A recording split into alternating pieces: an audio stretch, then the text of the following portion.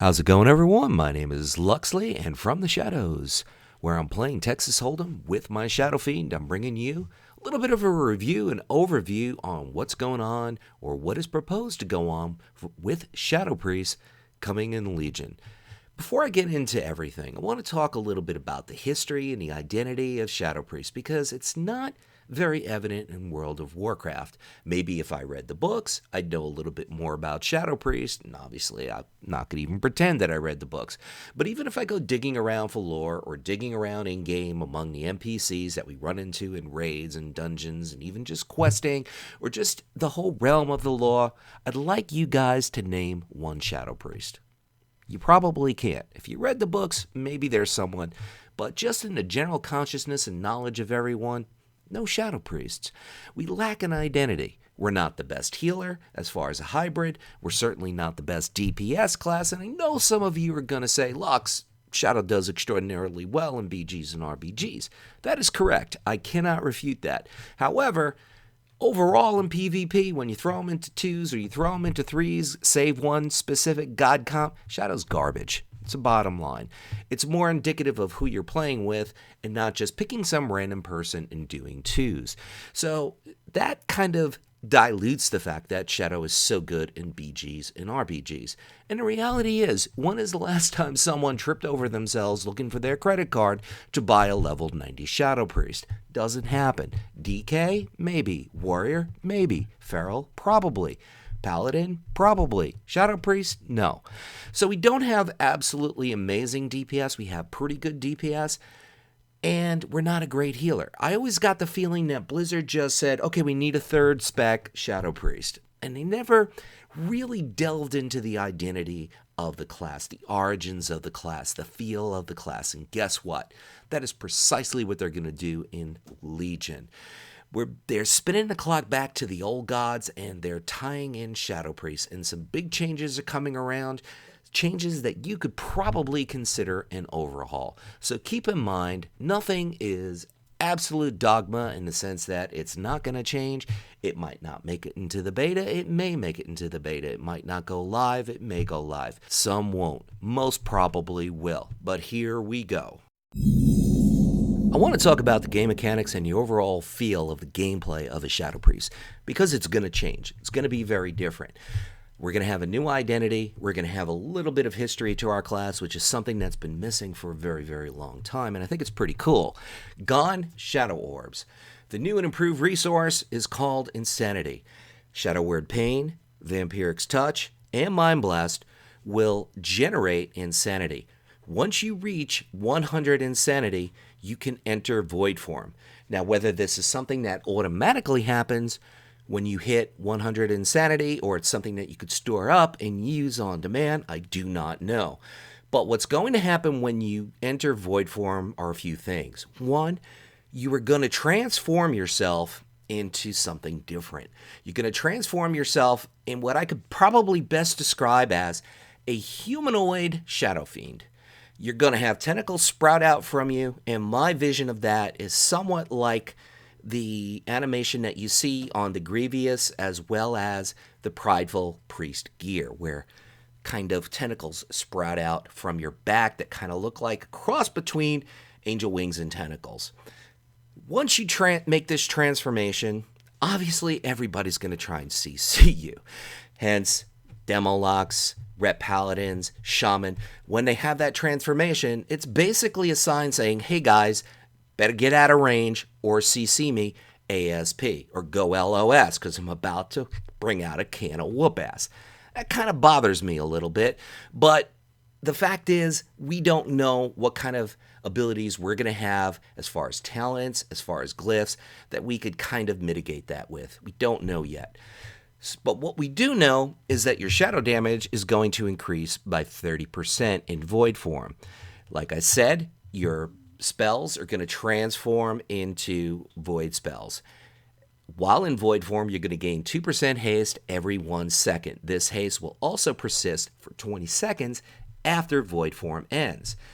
Void Form causes your insanity to constantly drain faster and faster until it's gone.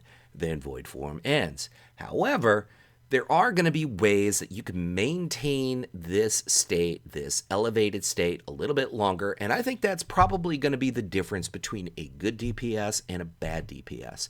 But hold the phone, this is a little bit different than a shaman and a little bit different than a ret and a demo lock, because we're going to have an ability that's going to be able to instantly facilitate 100 insanity and throw us right into void form. So it's something that we can have on demand. It's in the talent tree. It's called Oblivion, and it's on a reasonable 2-minute cooldown. How fast this generates, as far as insanity goes, I really don't know.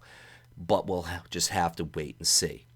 Are we going to have ways to mitigate the CC that's going to be thrown at us once we transform? I would say if Spectral Guise is still around, I think we will, which is pretty cool because Demolocks, Rets, Shaman, they don't have Spectral Guise, and that's a great way to avoid some of the CC and switch things up a little bit. And you also have to keep in mind, we don't know how much of our existing talents are going to be the same as well as our existing glyphs. We don't know what our weapons are going to provide us. So it's very, very hard to figure out how we can intertwine and intermingle other abilities with a certain ability. Now, some of our core abilities, which I know for a fact are still going to be hanging around, contributing to our fun. First and foremost, Mind Flay, 40-yard range channeled. In my perfect world, I wish I could do this on the run, but that might be a little bit overpowered. Assault the mind's target with shadow energy, causing minor shadow damage. Isn't that the truth? Over 3 seconds and slowing their movement speed by 50%. Not much has changed there. While in void form, transforms into Void Flay, which also extends Shadow Word Pain by 3 seconds. So we can infer a couple of things here. One, Mind Flay does not generate insanity.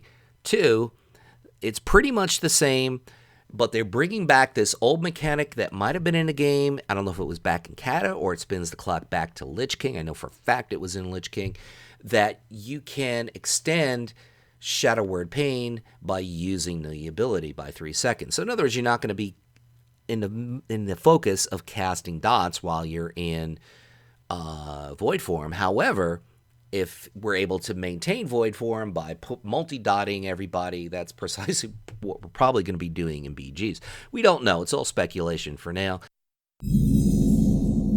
Mind Blast, 40-yard range, 1.5 second cast, 9 second cooldown. Blast the target its mind for strong shadow damage.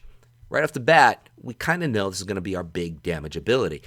Generates 15 insanity. So now my question is a very logical question. Clarity of Power, level 100 talent. Big difference between generating 15 insanity on a 5-second cooldown as opposed to a 10-second cooldown. Big difference between generating 15 insanity on an instant cast as opposed to a 1.5 second cast. My question is that talent still going to be around? That is a very, very key question. We don't know. While in void form, transforms into Void Blast, which has a 4.5 second cooldown, so it chops the cooldown in half. And it also extends Vampiric Touch by 3 seconds. Once again, that same mechanic that Mind Flay has to extend Shadow Word Pain is going to be attributed to Vampiric Touch. Now we're going to talk about Vampiric Touch. 40-yard range, 1.5 second cast. A touch of darkness, just a little touch of darkness, that causes huge shadow damage over 24 seconds. Throwing that word huge makes me kind of think this might be getting a bit of a buff and be more like a Void Entropy than the old school Vampiric Touch that we all know. And it also heals the Shadow Priest for each point of damage dealt. More targets, more heals. Now here's the problem with this. There is absolutely no mention of Devouring Plague. Some of the healing that you do is going to be associated with Vampiric's Touch, much like it used to be with Devouring Plague. Now, this is sort of a good thing, but also sort of a bad thing, and I'll explain why. As you progress higher and higher in rating, whether it's Arena or RBGs, they will dispel Vampiric's Touch like crazy. Now, if you have an Affliction Lock on your team, not a bad thing. anybody else, it's a bad thing. I've been at 1800. I've been forced to retweak my spec because they just dispel Vampiric's Touch like crazy, and they have no regard for that 3-second horror. And it's a shame that the dispel protection for Affliction is 10 times better and 1 second longer. I think at the very least this dispel protection should be 4 seconds, and I think it should go back to what it used to be, where if someone dispels Vampiric Touch, not only the dispeller gets hurt by it, but everybody within a 10-yard radius, because that's what it used to be. And because your heals are attached to this, that could be a problem. I think the benefit is that this is a longer ticking ability, and that means that you're going to have a longer incoming heals. I also think the benefit is that you can pop this on multiple targets and have them tick and bring you heals more readily than you currently do with Devouring Plague. The downside, like I said, is dispels, and also the fact that this is a cast time. Of course, Devouring Plague can be dispelled just as easily, but it's not as dispelled as often as Vampiric's Touch. Now, Vampiric Touch is also going to generate Insanity. When it deals damage, it's going to generate 3 Insanity. So if you can multi-dot, once again, we're leaning towards being very, very strong in BGs and RBGs, because if we multi-dot, we're going to generate a lot of Insanity. Shadow Word Pain, 40-yard range, instant. A word of darkness. I can think of some words of darkness that cause minor shadow damage instantly and an additional huge amount of damage over 18 seconds. Once again, inferring they're going to buff up our dots, which actually is not such a bad thing because our dots were kind of a joke. We usually, or at least the only reason why I used dots was not really for the damage, but for the procs that they provided. Each time Shadow Word Pain deals damage, it generates 3 Insanity and has a 10% chance to reset the cooldown on Mind Blast, which is pretty cool. And I think there's a talent like that in the talent tree currently. So they're kind of adding a little bit of an extra dimension to Shadow Word Pain. Shadow Word Pain, Vampiric's Touch, going to generate Insanity along with Mind Blast. Multi-targets, multi-dots means quick Insanity, or at least that's the kind of feel that I'm getting. Now for our Mastery, Madness. Increases the damage of Insanity, generation of your Mind Blast, Shadow Word Pain, Vampiric Touch, and Shadow Word Death by 20%. Sounds pretty good. Now let's take a look at what's absent from all this list. Mind Spike. No mention of it whatsoever. Does that mean it's gone? If it was transformed into something else, we'd probably know about it by now. So is it gone? Is it still around? We don't know. The Shadow Fiend.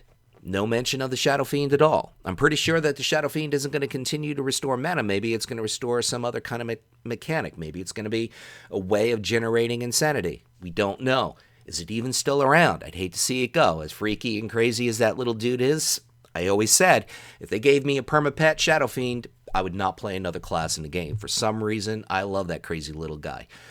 So, we don't know what's happened to those 2 abilities. Flash Heal. Gone. We know Flash Heal is not going to be a part of our repertoire, as well as Prayer of Mending. We are going to keep Power Word Shield, which is kind of odd considering it's being massively diluted or outright deleted from Disc Priest. What we are getting is a new heal mechanic. It's called Shadow Mend, and Disc Priests are going to have this mechanic as well. And the healing is going to be scaled and attributed with, in some sort of way, I don't know exactly how, the healing is going to be attributed to the damage that we do. I don't know if it's as we do more damage, is it going to give us more heals, or as we do more damage, it's going to give us less heals. I don't know, but it's going to be some kind of leverage off of that, which kind of makes me feel that that Vampiric Embrace is gone, deleted, no longer around, because it almost seems like a hybrid between Flash Heal and Vampiric's Embrace rolled into one, which is something I'd sign off on simply because the devs did say that this healing ability would be twice as strong as Flash Heal. What kind of resource it's going to cost us, we don't know. We don't know if it's got a cooldown. So a lot of things we still need to know, but this is just a bird's eye quick summary of some of the proposed changes for Shadow Priest. You have to do your best and not apply some of our existing abilities and talents with these new abilities and new mechanisms, because honestly, we don't know if they're still going to be there. Void form is something that is going to make us a CC target right out of the gate. Boom, CC the Shadow Priest, kill the Shadow Priest, go LOS, get out of range, etc., etc. But if we still have spectral guys, what I've been doing as a disc healer lately, when I am about to start using something that has a cast time to heal to prevent myself from being interrupted, I will go spectral guys, change my position, and then start my heals while I'm still in the spectral world and out of sight. It gives them that much less of a window of opportunity to interrupt you, and doesn't mean that people are going to pick you up as quickly as they normally would. That's a very good thing if we still have spectral guys, because we could go spectral guys, come out of it, they lose sight of us, and we come out of it in void form, and by the time they catch us in void form, we've been able to start our rotation and start to do some damage.